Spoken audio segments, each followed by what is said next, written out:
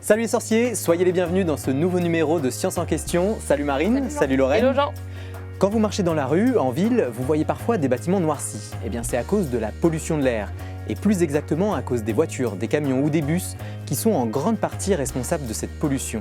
Et bien sûr, vos poumons ne sont pas épargnés. Alors comment lutter contre cette pollution atmosphérique? Quels outils peuvent nous aider au quotidien pour adopter une mobilité plus vertueuse et comment les scientifiques développent ces outils-là?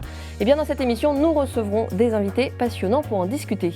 Ils nous présenteront des applications et des technologies innovantes pour surveiller et mesurer la pollution des véhicules de manière plus fine. Et puis bien sûr, Marine, tu nous proposeras une nouvelle chronique. Oui, je vous parlerai de l'affaire Volkswagen, aussi connue sous le nom de Dieselgate, un scandale industriel et sanitaire qui a fait beaucoup de bruit en 2015. Eh bien, attachez vos ceintures, ça promet d'être captivant.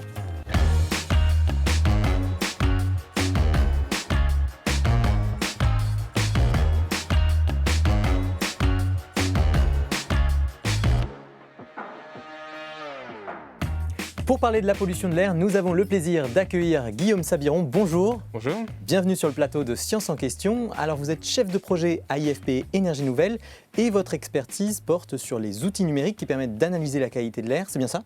C'est bien ça.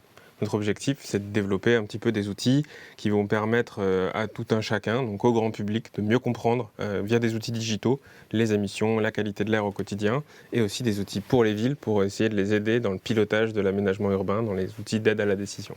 Alors quand on parle de qualité de l'air ou pollution de l'air, on pense aux fameux pics de pollution qui font l'actualité de temps en temps, mais ça ne se limite pas à ça en fait, la pollution de l'air. Et non, on respire de l'air tous les jours, on n'est pas sans le savoir.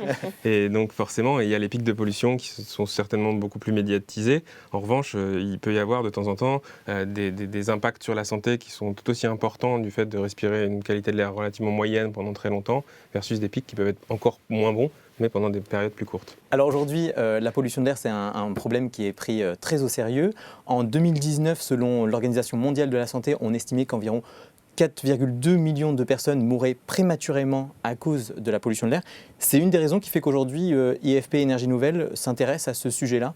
Ouais, c'est un sujet majeur en effet d'un point de vue sanitaire. Ce qu'il faut comprendre, c'est que l'IFP Énergie Nouvelle, on a un centre de recherche public qui travaillons sur la transition écologique, qui travaillons sur les mobilités, qui travaillons sur le développement de nouvelles technologies moteurs, de nouveaux carburants alternatifs, etc. Et donc nécessairement, on a notre place à jouer en tant qu'acteur public pour essayer d'améliorer la science, d'améliorer la compréhension qu'on a de tous ces phénomènes-là. Et alors, quelle est la situation en France? Comment on se situe concernant les émissions de polluants?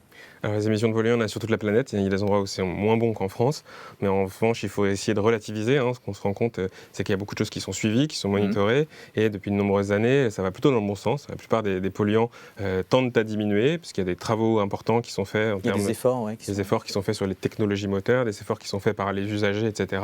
Et en fait, la plupart des polluants tendent à diminuer. Il reste des efforts à faire. Tout n'est pas gagné, mais en tout cas, ça va dans le bon sens. On voit là un graphique. Qu'est-ce qu'il représente là? Et bien, sur ce graphique, on peut voir pour différents polluants, par exemple, on voit le NO2 en bleu ou les particules PM10 ou PM2,5 qui diminuent fortement depuis les années 2000. On voit que pour le SO2, c'est encore plus marqué. En revanche, comme je le disais tout à l'heure, les petites nuances, pour l'ozone, donc le O3, la courbe violette, a tendance à rester constante, voire à augmenter légèrement. Alors, dans la grande famille des polluants de l'air, on trouve ce qu'on appelle les particules fines. Vous en avez déjà peut-être entendu parler, mais qu'est-ce que c'est exactement? D'où ça vient? C'est notre mot mystère du jour.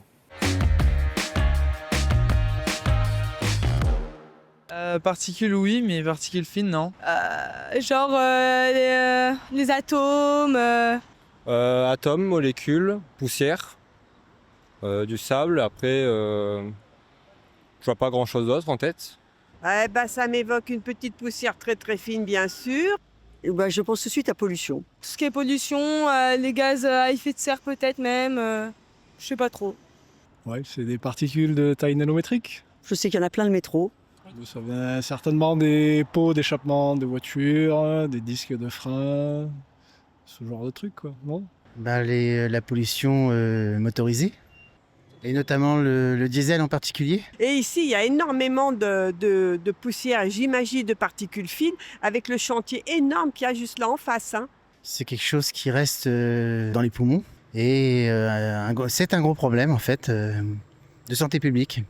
Alors Guillaume, qu'est-ce que vous pensez des réponses des personnes qu'on a croisées dans la rue? Eh ben, c'est plutôt exhaustif, hein. On a des bonnes réponses quand même qui vont dans le bon sens. Il reste quand même des petites confusions, alors on va préciser tout ça ensemble. Particules fines, en fait, de quoi on parle? On parle en effet de petites particules de matière qui De la matière, donc. peuvent sortir du pot d'échappement. On l'a dit aussi des freins, de l'abrasion des freins ou des pneus. Et ça, c'est des choses qui vont se retrouver dans l'atmosphère avec des tailles différentes. On parle souvent, j'en ai parlé juste avant, de PM10, c'est des particules dont le diamètre est inférieur à 10 micromètres. Ensuite, on a les PM2,5 dont le diamètre est inférieur à 2,5 micromètres, donc qui sont encore plus fines et qui vont forcément aller se loger encore plus profond dans les poumons, d'où le problème de santé publique. Oui, ça c'est vraiment nocif pour la santé. D'où elles viennent, vous commenciez à dire, donc des particules de freinage, des pots d'échappement, elles viennent que de là? Non, elles peuvent provenir pour tout ce qui est le transport, en effet, de la combustion de l'essence ou du diesel, etc. Ouais. Ou, comme je l'ai dit, des freins et des pneus. Mais ça ne vient pas que de là, ça peut aussi provenir typiquement du chauffage, du bois, de l'industrie, qui en émettent aussi également. Une dame parlait aussi du chantier qui se situait juste à côté d'elle. Ça aussi, ça peut être une source de pollution. Ça peut, ça l'est même très probablement, dès que c'est des particules qui sont vraiment très fines. On parle aussi souvent en ce moment des épisodes de poussière de sable qui viennent du Sahara, etc., qui arrivent jusqu'à chez nous. Il peut y avoir des particules extrêmement fines qui arrivent de jusque là-bas. Alors, les voitures, par contre, elles n'émettent pas que des particules, elles émettent aussi des gaz. Qu'est-ce qu'on retrouve là? Exactement, elles émettent aussi des gaz. Donc, on a par exemple les oxydes d'azote, donc le NO et le NO2. C'est ce qu'on va parler de polluants locaux qui vont avoir un impact comme les particules plutôt à l'endroit où est-ce qu'elles sont émises. Elles ont une durée de vie qui est un peu plus fine. Et on va parler aussi de gaz à effet de serre, donc le fameux CO2, qui lui, pour le coup, va agir et réchauffer le globe à l'échelle globale. Et donc, c'est vraiment pas la même chose que les particules fines. Une personne confondait un peu les deux dans le micro-trottoir. On a compris un peu un mix entre le gaz à effet de serre et les particules. Les particules, c'est vraiment local. Le CO2, c'est global. Et est-ce que tous ces polluants sont aujourd'hui surveillés, scrutés, réglementés? Alors j'en ai cité quelques-uns. On a aujourd'hui les agences agréées de surveillance de la qualité de l'air, donc les ASCA. Typiquement sur Paris, on a Airparif. Sur Lyon, on a Atmo Auvergne-Rhône-Alpes, qui sont pour le coup agréés par l'État pour surveiller avec des stations de mesure implantées dans toute la ville au quotidien, essayer de faire les prédictions à court terme, aujourd'hui et demain par exemple, sur tous ces polluants, mais bien d'autres. Alors, on parle beaucoup là de villes. Vous disiez aussi que c'était polluants locaux. Donc, est-ce qu'il y a des zones plus concernées que d'autres par la pollution de l'air? Alors ça nous concerne tous, bien évidemment les milieux urbains où le transport est plus présents vont considérer ou admettre des niveaux d'émissions qui sont plus importants. On a aussi souvent entendu parler de la vallée de l'Arve, par exemple, ou des vallées très encaissées dans les montagnes, où pourtant les polluants ne vont pas forcément pouvoir s'échapper, etc., et s'accumuler. Donc on peut avoir des choses comme ça. Mais cela dit, les milieux ruraux ne sont pas non plus exempts de pollution, et on a des interactions multi-échelles un petit peu entre ce qui se passe en ville et qui va agir sur les milieux ruraux à côté. Dans le micro-trottoir, il y a quelqu'un qui parlait aussi des diesels qui seraient plus nocifs, en tout cas plus émetteurs de particules fines que l'essence, ça c'est vrai? Pour les particules fines, c'est vrai. C'est également vrai pour les oxydes d'azote, donc les NOx dont on a parlé. En revanche, du point de vue du CO2, la tendance est inverse et les essences peuvent émettre plus parce qu'ils vont consommer davantage. D'accord. Alors, AFP Énergie Nouvelle, vous menez des recherches sur le suivi de la qualité de l'air depuis de nombreuses années.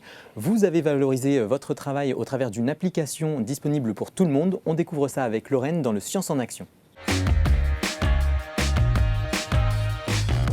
Cette application, votre bébé, c'est GecoAir. C'est une application qui compile des dizaines d'années de recherches qui ont été faites à AFP Énergie Nouvelle. Alors moi, je l'ai testé, le niveau d'information est quand même assez dingue. Vous l'avez aussi là sur votre téléphone devant vous et on va voir, c'est retransmis sur l'écran.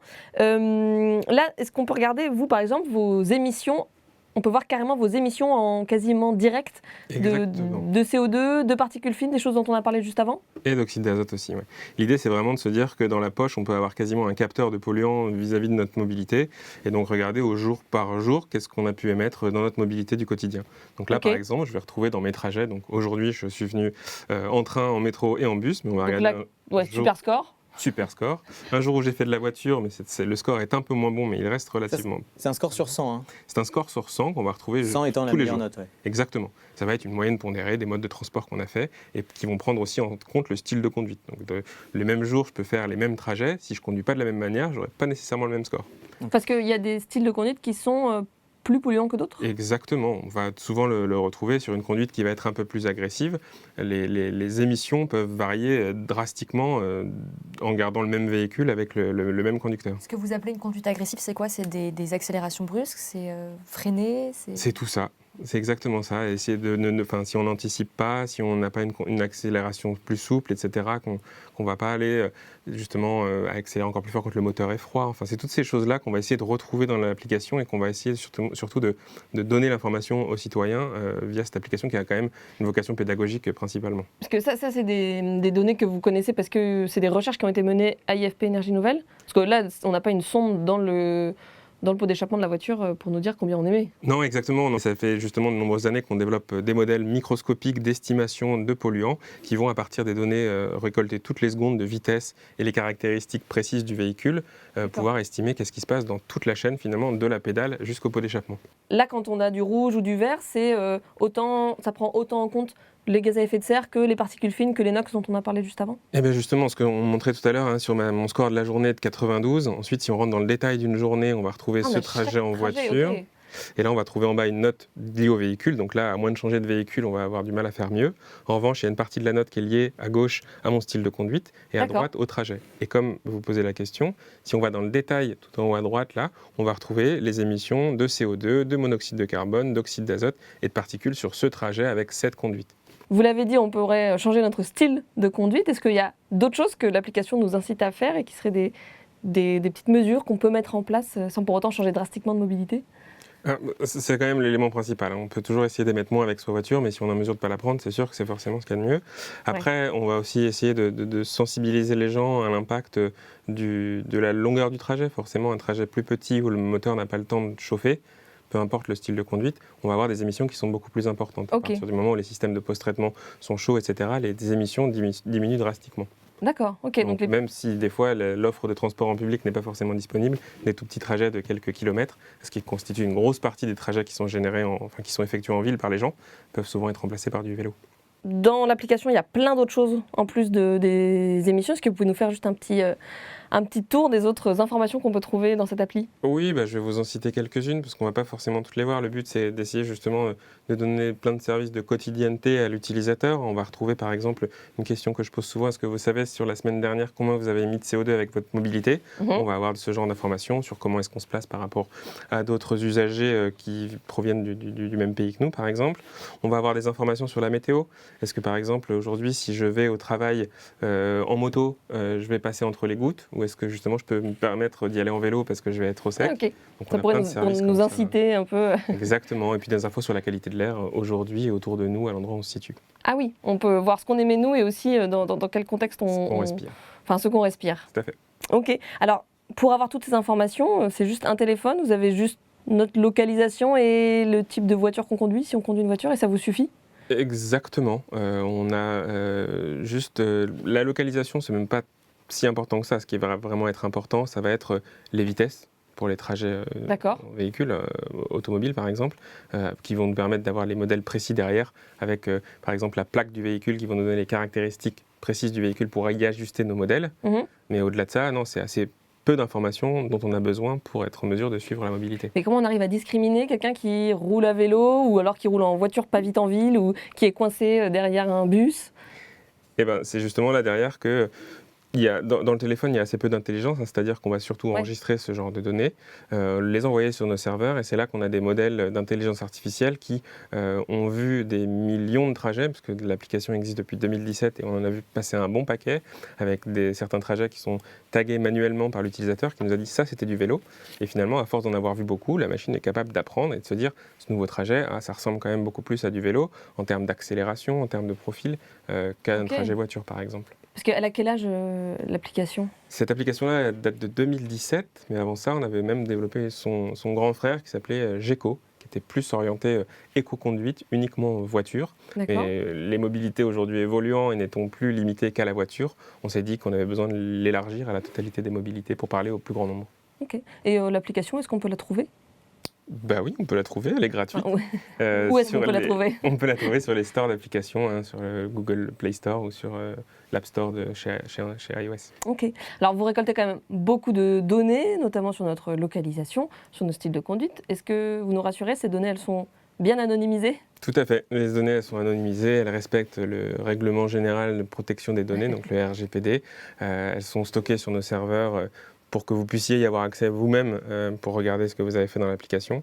Et en revanche, derrière, ce qu'on va faire, c'est qu'une fois que tout est anonymisé, on ne va plus regarder les trajets en entier, mais on va regarder par exemple sur un brin de route. On ne va plus avoir un seul passage, mais des dizaines de milliers. Et c'est ce qui va nous permettre de caractériser non plus le style de conduite, enfin l'impact du style de conduite sur les émissions, mais plutôt l'impact de l'infrastructure sur les émissions. Donc en fait, en quelque sorte, ça nous permet finalement d'aller plus loin dans les travaux de recherche et d'améliorer la connaissance qu'on a sur la mobilité. Et ça, c'est des données, j'imagine que... Sinon, c'est quoi? C'est Google Maps, c'est Waze, c'est ces applications-là qui peuvent avoir ce genre de données-là?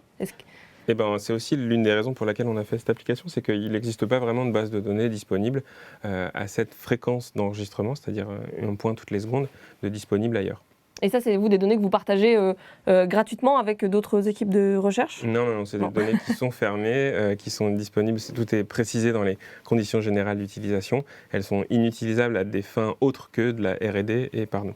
Donc l'utilisateur a vraiment la main sur les données. Ok, donc utiliser cette application, ça peut nous aider, nous, à avoir une meilleure mobilité, et en plus, on participe un peu à votre recherche. Voilà, ça peut nous donner les clés pour aider les villes à améliorer, même finalement en bas de chez vous, comment se situe l'infrastructure et comment est-ce que ça va évoluer. Okay. Alors à présent, on va revenir sur un scandale industriel et sanitaire, l'affaire Volkswagen, aussi appelée le Dieselgate. Marine va nous raconter comment la marque allemande a berné des millions de consommateurs. C'est le coup d'œil du jour. Bon, je vais tout vous dire sur le Dieselgate, mais avant ça, un peu de contexte. Dans cette émission, on a parlé plusieurs fois des oxydes d'azote, les fameux NOx, qui posent problème pour plusieurs raisons. Déjà parce qu'ils irritent les voies respiratoires et peuvent aggraver certaines maladies, mais aussi parce qu'ils réagissent avec d'autres substances présentes dans l'air, ce qui entraîne l'acidification de tout ce qui vient du ciel. Donc ça crée des pluies acides, des neiges acides, du brouillard acide. Et comme quand vous mettez trop de citron dans un plat, c'est pas bon. Là, les précipitations acides déséquilibrent les écosystèmes. Par exemple, quand il y a trop d'azote dans un milieu, ça favorise le développement de certaines espèces au détriment d'autres et à terme ça appauvrit la biodiversité. Alors qu'est-ce qu'on fait pour éviter ça? Eh bien comme la plupart des émissions de NOx viennent du secteur des transports, on a imposé un peu partout dans le monde des seuils d'émissions que les véhicules ne doivent pas dépasser. C'est le cas en Europe depuis les années 70. Et pour respecter ces seuils, les constructeurs ont équipé leurs véhicules de systèmes de dépollution qui transforment les oxydes d'azote en d'autres molécules inoffensives. Et ça marche bien? Ça marche très bien quand ils sont activés. Et c'est là le problème. En 2014, une ONG américaine, l'ICCT, a testé 15 modèles de voitures européennes à moteur diesel pour mesurer leurs émissions de polluants. Donc on a mis les voitures sur des bancs d'essai et on leur a fait faire plusieurs trajets qui se rapprochent des conditions réelles de conduite. Dans le test, on simulait des routes accidentées, du dénivelé, des accélérations brusques, etc. Et sur les 15 voitures, 3 ont été pointées du doigt à cause de leurs émissions de NOx qui dépassaient largement jusqu'à plus de 20 fois le seuil fixé par l'Union européenne. Le point commun de ces 3 modèles incriminés, c'est Volkswagen. Les marques des 3 voitures appartiennent au groupe Volkswagen. Ok, mais ces voitures, elles ont été testées avant d'être mises sur le marché. Alors, comment expliquer qu'elles soient passées entre les mailles du filet? Alors bien sûr, elles ont été testées. Les voitures passent ce qu'on appelle un test d'homologation avant d'être mises en circulation pour s'assurer qu'elles rentrent bien dans les clous. Mais le gros défaut de ce test, c'est qu'il est connu par tous les constructeurs automobiles. Ces différentes étapes, sa durée ne sont pas des informations secrètes. Et chez Volkswagen, ils en ont un petit peu profité. Ils ont avoué avoir équipé plusieurs de leurs moteurs diesel de logiciels frauduleux qui détectent ces tests d'homologation. En fait, quand le logiciel repère certains indices, donc un capot levé, un volant immobile, une vitesse régulière, il active le système de dépollution pour que ces émissions restent sous le seuil légal et donc pour que le test soit validé. Sauf que quand l'ONG américaine a fait son propre test, qui est plus long et qui est plus proche des conditions réelles de conduite par rapport au test standard, le système de dépollution ne s'est pas activé et l'arnaque a été révélée au grand jour. Mais je ne comprends pas, quel est l'intérêt du coup pour Volkswagen de ne pas activer son système de dépollution en situation normale? Alors c'est là que ça devient lunaire. Pour donner un peu de contexte, il faut savoir que l'argument marketing de Volkswagen pour vendre ses moteurs diesel, c'était leur faible consommation de carburant. Si vous achetez une Volkswagen diesel, vous consommerez moins et donc vous émettrez moins de CO2 et c'est mieux pour l'environnement. Il y a une vraie étiquette écologique à tel point qu'ils avaient appelé leurs moteurs les clean diesel. Sauf que le système de dépollution des NOx, il consomme du carburant et si le moteur consomme trop, on ne peut plus appeler les moteurs clean diesel. Donc Volkswagen a choisi de désactiver ces systèmes de dépollution pour continuer à marketer ces moteurs comme écologiques. Donc en fait, ils ont choisi de polluer pour garder leur image verte. Je pense que là, en termes de greenwashing, on est pas mal du tout. C'est fou cette histoire. Et en plus, ça ne concerne pas que 3 modèles de voitures. Non, quand l'affaire est sortie, on a testé d'autres voitures diesel vendues par d'autres constructeurs automobiles et l'affaire Volkswagen est devenue le Dieselgate. En fait, on a réalisé qu'énormément de modèles dépassaient les seuils d'émissions de NOx, des Volkswagen, mais aussi des Volvo, des Renault, des Jeep, des Hyundai, des Citroën, des Fiat, des Peugeot. Et d'après une étude de 2023, 20 millions de véhicules non réglementaires circulent encore en Europe. Ça touche aussi la France, bien sûr, d'autant plus qu'en France, les constructeurs automobiles ne sont pas obligés de rappeler les véhicules non conformes.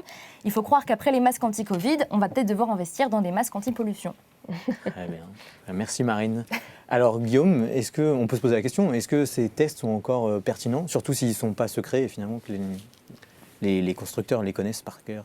Ouais, les tests auxquels ont été faits référence ont évolué depuis. Ce qu'on essaie de rajouter davantage aujourd'hui, c'est ce qu'on appelle des essais en usage réel, où là forcément on ne va pas pouvoir prévoir quel va être le cycle de conduite ou du moins l'essai sur lequel ça va être réalisé. Donc finalement, ça lève un peu le voile, ça a permis de rendre les choses plus claires et plus propres pour tout le monde. Très bien. Eh bien, merci Guillaume, merci Marine. À l'avenir, on va se méfier des publicités qui mettent un peu trop en avant l'argument écologique, surtout quand c'est pour vendre des voitures. On continue notre discussion sur les outils de surveillance des polluants. Dans un instant, nous accueillerons un nouvel invité. Il va nous présenter un dispositif ingénieux, une valise embarquée dans le véhicule pour mesurer les polluants en temps réel et au plus près de la réalité du terrain. Il travaille avec vous Guillaume, à IFP Énergie Nouvelle. Place à l'esprit d'équipe.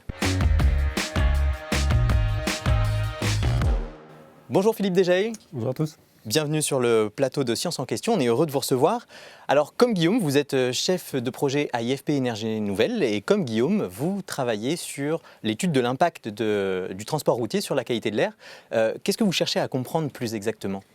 Alors, ce qu'on cherche à faire, c'est vraiment à caractériser et à développer de la connaissance sur la sensibilité des émissions polluantes des véhicules à la diversité des usages qui en sont faits. Donc voilà, la voiture ou le véhicule au sens plus large, c'est un véhicule qui est utilisé dans des situations extrêmement variées d'environnement, de style de conduite.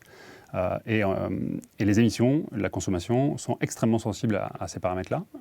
Et on est obligé de développer des outils, des méthodologies pour aller caractériser ça et développer cette connaissance. Alors justement, vous avez développé à IFP Énergie Nouvelle une sorte de laboratoire transportable qui s'appelle Really. À quoi ça sert exactement ? Alors tout à fait, on a travaillé à la miniaturisation et à la simplification de la mesure des polluants. C'est des choses qui classiquement sont faites dans des laboratoires. C'est la mallette qu'on voit à l'image. Exactement, c'est la mallette à l'écran. Classiquement, c'est beaucoup plus complexe, beaucoup plus coûteux de faire de la mesure de polluants. Et on a travaillé sur la simplification et sur la production donc, de cette solution qui utilise des capteurs existants. Et la valeur ajoutée, c'est vraiment de les intégrer au sein du même objet et d'en faire quelque chose qui soit facile d'utilisation pour en fait le rendre possible à la plus grande échelle possible. Ça, c'était une vraie demande? C'était un besoin en particulier? Alors, ce n'est pas une demande en termes de marché, on va dire. Ouais. C'est une demande en termes de manque de connaissances scientifiques. C'est-à-dire que, historiquement, on a fait énormément de mesures très précises dans des laboratoires. Par contre, aller se confronter au réel sur la route et faire des mesures à grande échelle, ça a peu ou pas été fait. Et donc, c'est vraiment à ce besoin, à la base plus scientifique, qu'on cherche à répondre. Le but, quand on utilise Really, c'est quoi, in fine, finalement? C'est d'écarter les véhicules les plus polluants, c'est ça? Alors voilà, ce que fait Really déjà, c'est, je le disais, caractériser le véhicule dans son environnement réel. Il y a plusieurs objectifs. Si on arrive à le généraliser à grande échelle, en effet, ça peut être de détecter les quelques pourcents de véhicules qui ont un défaut d'entretien. Et il faut savoir que ces quelques pourcents de véhicules représentent finalement une grande part des émissions polluantes du transport global. Donc, il y a vraiment un gros enjeu de détecter ces quelques véhicules. Il y a aussi d'autres enjeux. Quand on développe de la connaissance sur le comportement des technologies, on peut aussi être en mesure, la fois d'après, de développer des technologies qui répondent mieux à ces usages. Donc, il y a aussi, on va dire, une boucle comme ça de développement de connaissances pour améliorer notre institut, mais aussi d'autres qui travaillent sur le développement de technologies plus vertueuses. Donc on vise aussi d'autres cadres d'application à grande échelle, par exemple le monde du reconditionnement des véhicules d'occasion, où il voit également passer un volume conséquent de véhicules d'occasion, plusieurs dizaines de milliers par an, et ça serait un lieu très pertinent pour avoir ce type de diagnostic. Alors, en pratique, donc on met la mallette dans le coffre, on branche la sonde dans le pot d'échappement et Exactement. ensuite, comment ça fonctionne? Qu'est-ce qui se passe? Alors finalement, on a essayé de mettre beaucoup d'intelligence pour que ça soit simple d'utilisation. Donc la pince, pardon, c'est très simple, hein, on la met à l'échappement. En fait, là où on a vraiment simplifié la procédure, c'est qu'on ne va mesurer qu'un ratio de polluants volumique. Donc on va mesurer des concentrations de polluants à l'échappement et non pas un débit massique. En fait, ça change beaucoup de choses en termes de mise en œuvre. Si on veut faire une mesure de débit, on est obligé de mettre en place un système spécifique, mécanique, qui prend du temps à mettre en place, etc. Donc, ça prend aussi de la place, peut-être? Ça prend de la place, ça prend du temps, ça coûte, etc. Donc la mesure classique en embarqué, c'est quelque chose qui est coûteux et réservé à des experts. Nous, ce qu'on a développé, c'est que grâce à cette mesure simple, volumique de polluants, on a couplé ça avec des approches digitales pour enrichir cette donnée et être en mesure déjà de contextualiser la mesure qui a été faite.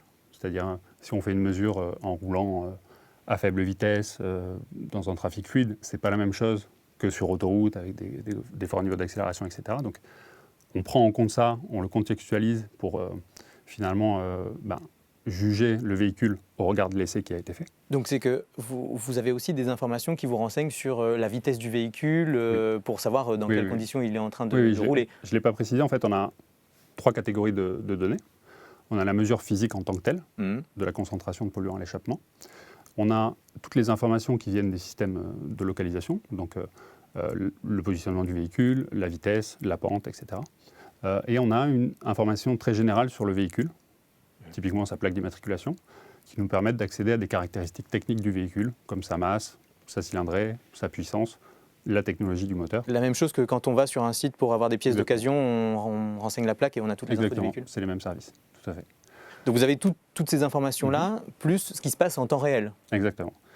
Et c'est donc, on va dire, la fusion de ces données et l'enrichissement par nos modèles qui va nous permettre, à partir d'une mesure simplifiée, peut-être un peu dégradée à la limite, de pousser un diagnostic précis et avec de la valeur du véhicule. C'est quoi en fait ce modèle? C'est une sorte de jumeau numérique du véhicule, de celui-là en particulier, et des conditions qu'on espère qu'il remplit? Exactement, c'est tout à fait ça le terme, c'est un jumeau numérique qui est paramétré par rapport aux caractéristiques que je mentionnais, donc la masse, la cylindrée, la technologie.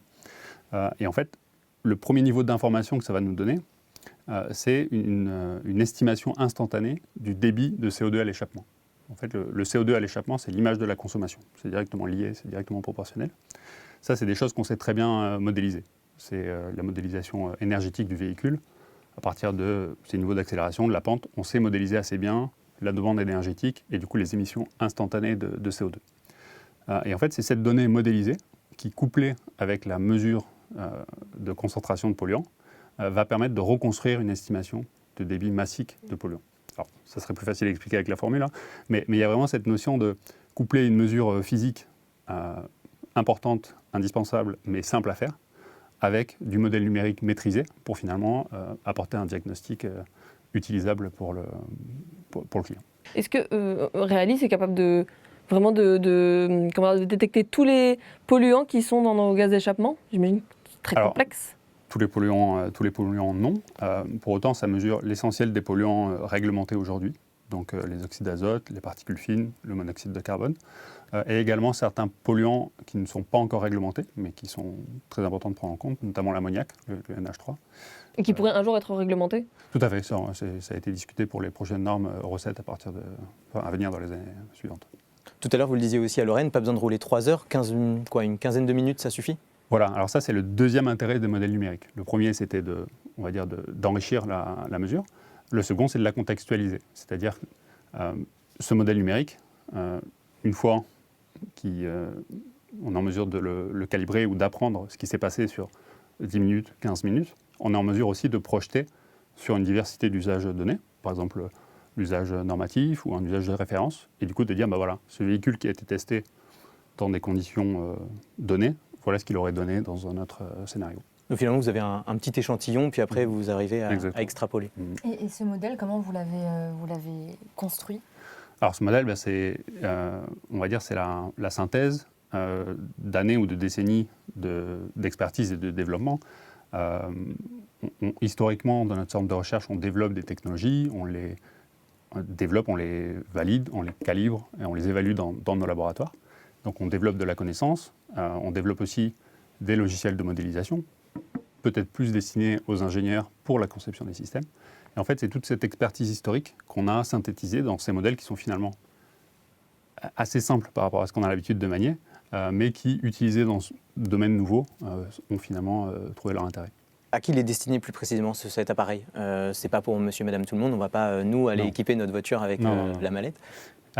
Alors, en effet, ce n'est pas destiné aux particuliers, mais il y a vraiment cette volonté de le diffuser à la plus grande échelle possible. Donc, quand on a commencé à développer cette solution, on a bien entendu pensé au monde du contrôle technique, parce que c'est un rendez-vous assez régulier des véhicules, et ça pourrait permettre d'avoir une vérification assez représentative et précise de l'état de vie du véhicule en particulier. Alors, l'utilisation de l'application GeoCoher vous donne aussi accès à des données. Est-ce que ça, vous les utilisez? Comment elle peut vous... Alors, on les utilise... déjà, on utilise le même modèle. C'est-à-dire que le cœur de calcul est utilisé aussi bien dans la valise Reali que dans l'application GeoCoher. Donc, c'est vraiment le même cœur de calcul. Après, la donnée en tant que telle, nécessairement, nous, ça nous alimente pour comprendre quels sont les usages. Ça nous aide plus généralement, pas que dans Reali, mais à développer des technologies globalement qui répondent mieux à des usages critiques, à des usages qu'on arrive à identifier grâce à l'application GeoCoher. Est-ce que les modèles développés par Philippe et avec Reali notamment peuvent servir aussi dans GeoCoher pour améliorer les données qu'on a sur les voitures et les émissions? Eh bien, tout à fait, c'est même la base de l'application GeoCoher, hein. Tout est parti des travaux antérieurs de Philippe. On s'est dit comment est-ce qu'on peut, grâce à toute cette R&D qui est développée, le mettre à disposition du grand public. Donc on a tout embarqué dans GeoCoher, et c'était l'historique, mais ça continue comme ça, quoi. Les nouveaux modèles qui peuvent développer, caractériser, calibrer, valider sur les Euro 7 par exemple, seront à terme intégrés dans GeoCoher. Les Euro 7, c'est les futures normes à venir sur les véhicules. Ok. Alors on marque une petite pause, on retourne voir le public pour savoir si cette pollution de l'air les inquiète et s'ils agissent à leur niveau pour réduire les émissions ou pour limiter leur exposition. Écoutez les réponses.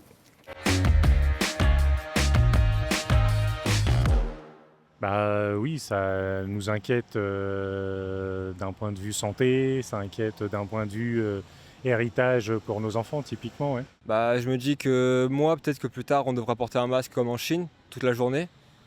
J'avoue que c'est pas vrai. J'avoue que ça m'a fait chier le Covid, quoi.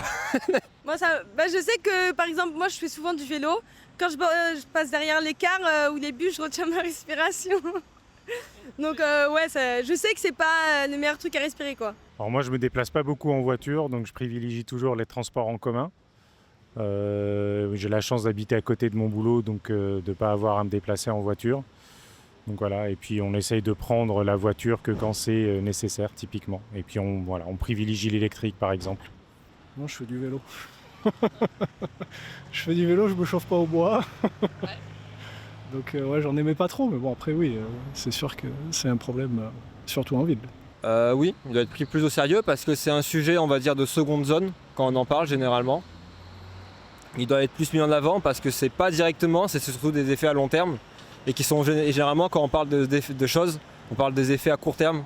Ça m'inquiète pour les enfants, oui, bien sûr. Écoutez, on vit dedans, voilà, c'est tout. C'est maintenant, voilà. Et c'est pas à mon niveau individuel que ça se joue, c'est au niveau politique que ça se joue. Est-ce qu'il y a des propos qui vous font réagir spontanément?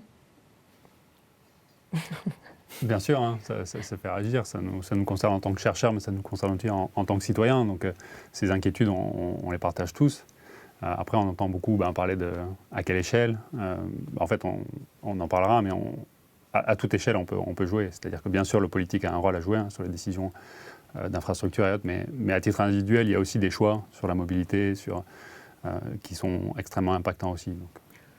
Je trouve que ce qu'on peut aussi lire en filigrane, c'est que les gens sont quand même pris à bras-le-corps le sujet. Et c'est vrai que sur 4 personnes que vous avez pu interviewer, il y en a quand même 2 ou 3 qui nous parlent de faire du vélo, de faire attention au quotidien. Donc je pense que c'est un sujet qui est vaste, qui est complexe, mais qui commence quand même à rentrer dans les esprits de tout un chacun et que chacun sait qu'il a son rôle à jouer pour améliorer ça.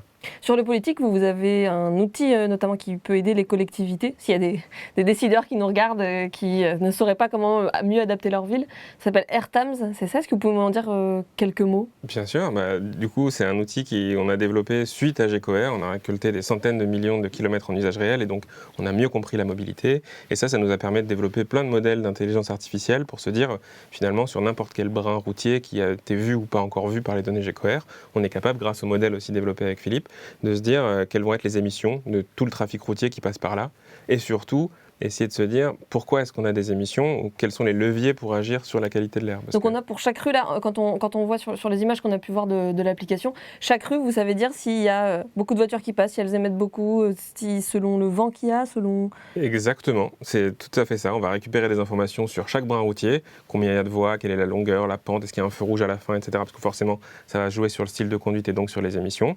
Ensuite, on va aller estimer combien de véhicules sont passés par là à chaque heure de la journée. On va estimer quels sont les types de véhicules, les véhicules légers, les poids lourds, etc.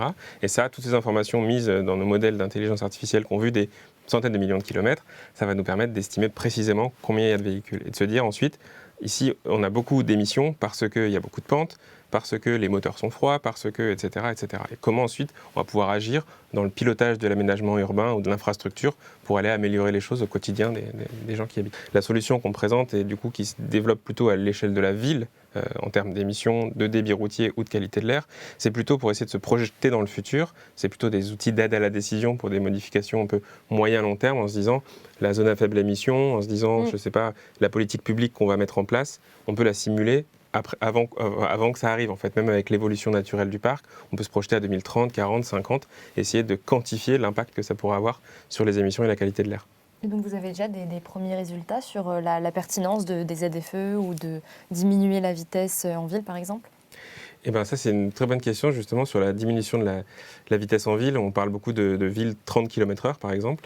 C'est des choses qui sont très difficiles à statuer. Il n'y a encore pas forcément de consensus, même scientifique, sur est-ce que c'est mieux ou pas. Il y a des gens qui disent, roulant moins vite, on ne va pas être sur les mêmes points de fonctionnement, on va émettre plus. Mais en fait, ce qu'il faut aussi garder en tête, et c'est pour ça que les collectivités territoriales sont les bons clients de ce genre d'outils, c'est que c'est multifactoriel. C'est-à-dire que peut-être qu'on va gagner un petit peu sur la sécurité, sur le bruit, perdre un petit peu sur les émissions. C'est un ensemble et il faut avoir la vision complète. Et jusqu'à présent, en fait, l'outil ne va pas répondre nécessairement à toutes les questions, mais il va permettre d'apporter une autre voie de réponse ou des éléments complémentaires pour prendre des décisions les plus éclairées possibles. Ok. Et vous diriez que la solution numéro 1 sur laquelle il faut mettre le paquet, ou 2, 3 solutions en tout cas principales pour améliorer la qualité de l'air, ce serait quoi? Guillaume a évoqué le fait d'éclairer les décisions publiques pour améliorer les infrastructures, les politiques locales. Moi, j'aimerais aussi les choix individuels, les choix de mobilité. Pas la voiture, en gros? Alors, pas la voiture, disons, il y a des trajets qui sont plus facilement substituables oui, bien sûr, on n'a pas sur des déplacements urbains. Donc voilà, et même au niveau des technologies, là c'est encore un attracteur, mais il faut continuer par la réglementation, par le développement et la recherche, à développer des technologies qui sont de plus en plus vertueuses. Donc oui, il n'y a pas un axe qu'il faut négliger. Okay. Alors il est temps de jeter un œil à la route que vous avez empruntée pour en arriver jusque-là aujourd'hui. Marine va retracer pour nous votre parcours respectif. Place à la séquence en coulisses. Bon, ici on est un peu joueur, on aime bien challenger nos invités, donc on a un petit défi pour vous. Vous allez avoir chacun 30 secondes pour nous présenter vos parcours. Guillaume, c'est vous qui commencez. Dès que vous êtes prêt, on affiche le chrono. Est-ce qu'on peut le lancer? Je suis prêt. Bon, c'est parti alors. Donc j'ai commencé avec un baccalauréat scientifique, j'ai enchaîné avec une école d'ingénieur qui m'a amené à travailler sur les drones et leur pilotage. Suite à ça, je suis parti plutôt sur de la biorobotique que j'ai appliquée à l'aérospatiale, donc d'une thèse où j'ai essayé de poser des robots sur la Lune avec des capteurs visuels inspirés de la vision des insectes. Ensuite, j'ai rejoint l'IFP Énergie Nouvelle où j'ai commencé à travailler plutôt sur les énergies renouvelables, typiquement les énergies éoliennes ou les énergies holomotrices, et pour faire un dernier virage, enfin le virage actuel, sur la mobilité, la qualité de l'air et les émissions. Waouh, pile poil, parfait. Sur le gong. Philippe, on passe tout de suite à vous. Pareil, 30 secondes pour vous présenter. Est-ce qu'on peut y aller? On y va. Top chrono. Alors j'ai également fait un baccalauréat scientifique, une prépa scientifique, MP-PSI, et j'ai fait une école d'ingénieur généraliste, donc j'étais à Supélec. Au terme de ces études, j'ai voulu trouver un domaine d'application plus proche de mes domaines d'intérêt. Donc j'ai fait une école de spécialisation en apprentissage qui s'appelle IFP School.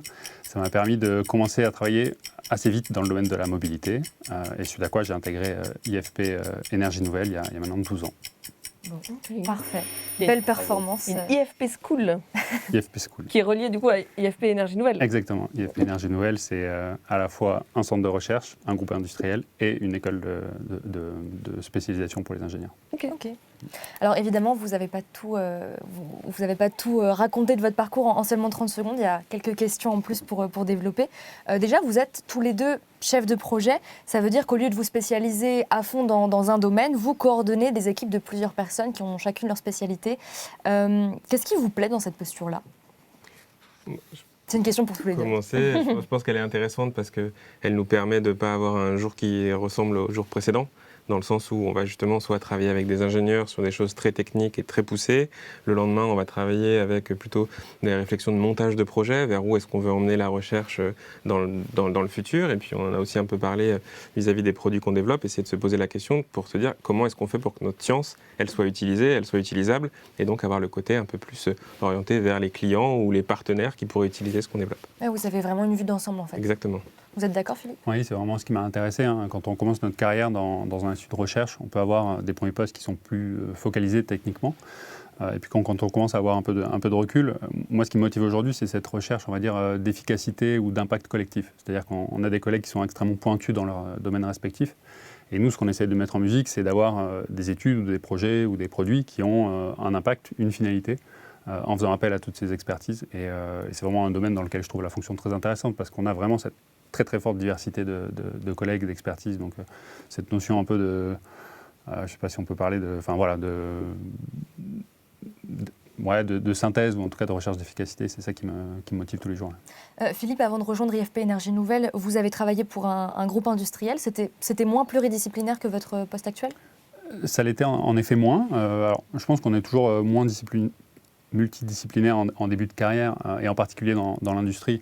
C'est ça qui m'a motivé à rejoindre un institut de recherche, c'est que, notamment en début de carrière, on est en mesure d'avoir un vrai bagage technique, une vraie diversité technique importante, et également de porter ces thématiques vraiment du plus proche du terrain, du laboratoire, jusqu'à la communication des résultats dans des conférences scientifiques, etc. Donc on a vraiment cette facette, cette multiplicité du métier, aussi bien d'un point de vue technique que d'un point de vue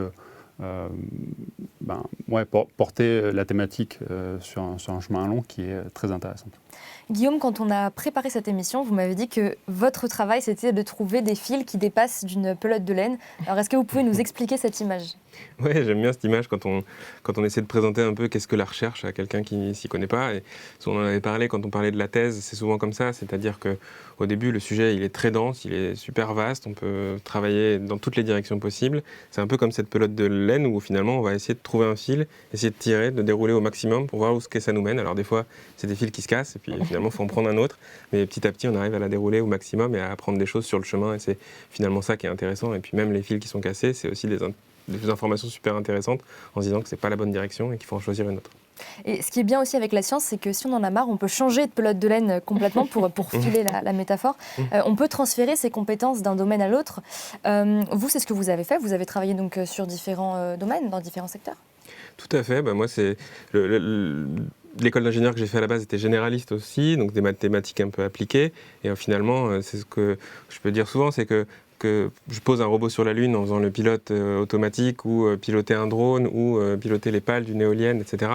Globalement, derrière, les mathématiques qui s'y retrouvent sont relativement les mêmes. Donc ça permet de switcher et de faire du transfert de compétences technologiques d'une matière à une autre. Et c'est super intéressant. Vous pouvez nous rappeler un petit peu, vous l'avez dit très rapidement, mais les différents secteurs dans lesquels vous avez travaillé avant, les différents domaines ? Oui, j'avais commencé par un stage sur le pilotage de drones. Ensuite, donc, il y avait la partie de la thèse sur la biorobotique, c'est-à-dire essayer de développer des capteurs visuels qui regardent un petit peu dans toutes les directions, comme on le voit avec les yeux des mouches, qui permettent de poser un robot sur la Lune, justement, Je crois qu'on a des images justement, c'est ça qu'on voit à l'écran. Tout à fait, ça c'est le capteur que j'avais développé pendant ma thèse à Marseille, donc on voit les jolies calanques tout autour de nous, et on a ce capteur qui tourne comme ça et qui va essayer de capter le défilement des images sur la rétine, et ce qu'on se rend compte c'est qu'avec le capteur qui tourne, peu importe la distance à l'obstacle, tout se déplace à la même vitesse.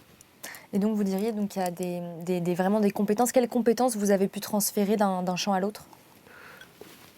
La compétence technique, ça c'est les mathématiques, je l'ai dit, c'est relativement les mêmes, mais il n'y a pas que ça. Il y a aussi le côté de la curiosité, de la volonté d'essayer de comprendre le système sur lequel on travaille.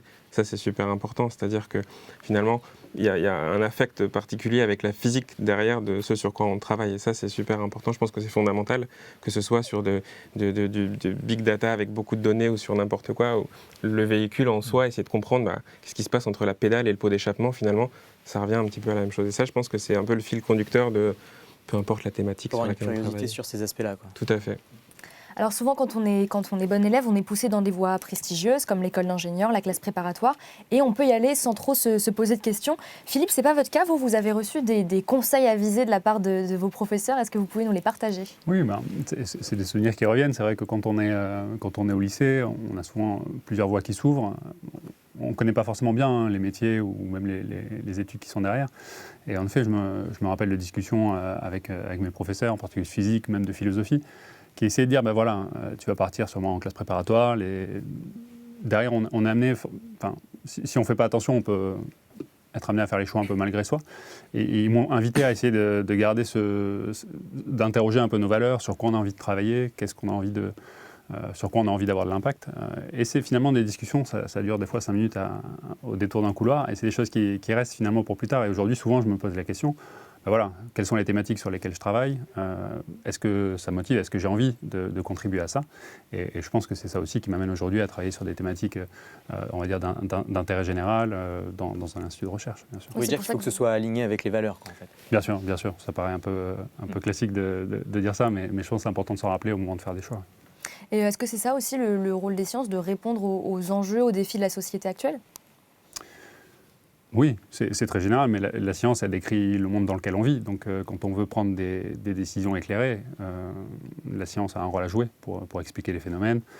Et donc voilà, nous, on ne prend pas les décisions, mais on essaye de pousser des solutions technologiques, de la connaissance, pour que finalement les décisions et puis les choses avancent dans le bon sens. Vous êtes d'accord, Guillaume ? Tout à fait. Je n'aurais pas dit mieux. Alors comme d'habitude dans cette émission, on aime bien terminer en faisant le lien entre la science et la culture. Grâce à la reco des invités, c'est parti. Alors Guillaume, votre recommandation, c'est une BD, c'est Le Monde sans fin de Jean-Marc Jancovici. Pourquoi ce choix ? J'ai beaucoup réfléchi, trouver une recommandation culturelle en lien avec les émissions de polluants ou la qualité de l'air, c'était pas simple. Mais en tout cas, j'ai eu l'occasion de lire en partie cette BD. Alors, ce que je peux lui donner comme avantage, c'est qu'elle donne un éventail assez large de la thématique. Ça va même beaucoup au-delà. Donc, pour la vulgarisation, pour commencer à prendre connaissance de ces sujets, je pense que c'est un bon vecteur. Après, forcément, dans une BD, on ne peut pas tout dire. Ils sont obligés de faire des choix. Il y a des choses qui sont limitées, discutables. Mais je pense que si, en plus, derrière, ça peut ouvrir la discussion et permettre aux gens de pousser encore plus la réflexion, c'est une bonne chose. Et c'est accessible aux plus jeunes ? Oui, je ne pense pas que ce soit le cœur de cible de cette BD. Il faut quand même essayer de comprendre un peu, mais en tout cas, on peut le lire avec les enfants et essayer de leur expliquer les thématiques des choses qui nous entourent. Ok. Et merci pour cette recommandation. Philippe, vous, c'est un film ? Oui, j'ai recommandé le film comédie américaine Don't Look Up, qui est sorti en 2021. Alors, je ne vais pas spoiler l'histoire, mais c'est... Voilà, quelques mots, le pitch, ouais. Oui, alors la planète est menacée par une astéroïde.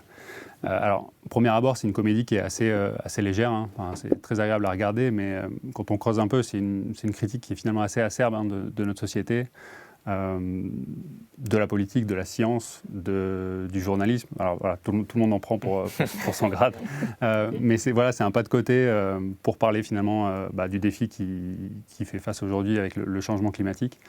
Et j'ai trouvé ce pas de côté et cette manière d'aborder un sujet si grave avec autant de fois de finesse ou en tout cas de légèreté assez brillant. Donc voilà, je voulais le recommander.